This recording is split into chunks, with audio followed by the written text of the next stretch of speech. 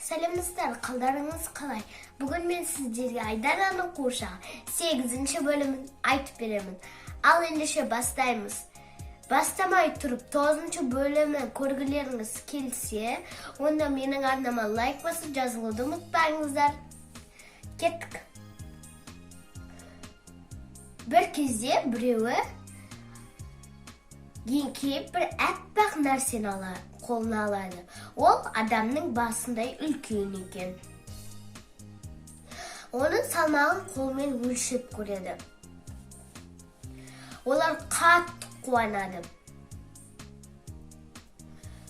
Сөйтіп олар бір кезде жол жүріп келе жатқан кезде олардың алдынан екі адам шығады.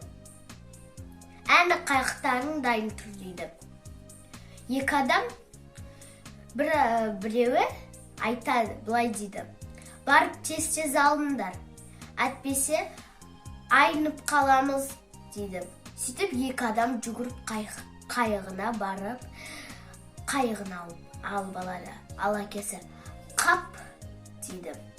Айдана: әке, не болды, маған да айтшы деп шыдамсыздана сұрайды. Әкесі: олар ұзап кететін болды ғой. Олар қайықтарын алып алды дейді.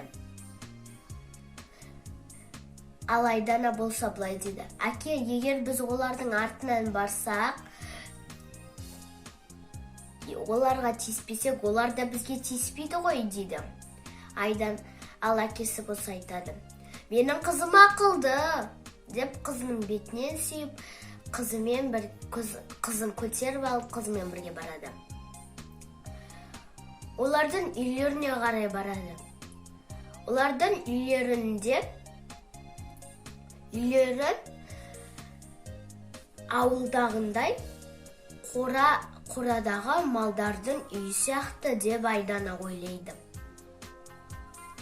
Олар үйлеріне қашып кіреді.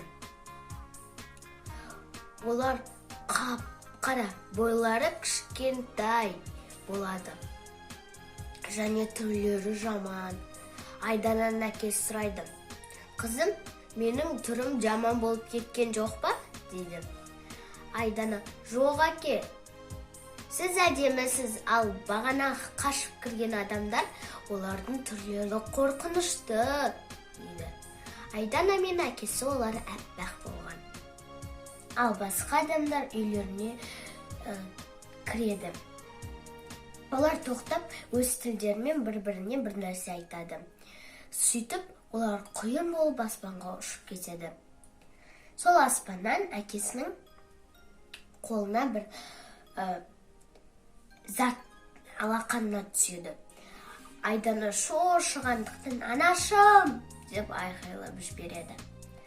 Егер де балалар, мен басындағында айтқандай 9-ші бөлімін көргілеріңіз келсе, арнама жазып, лайк басуды ұмытпаңыздар. Сау болыңыздар!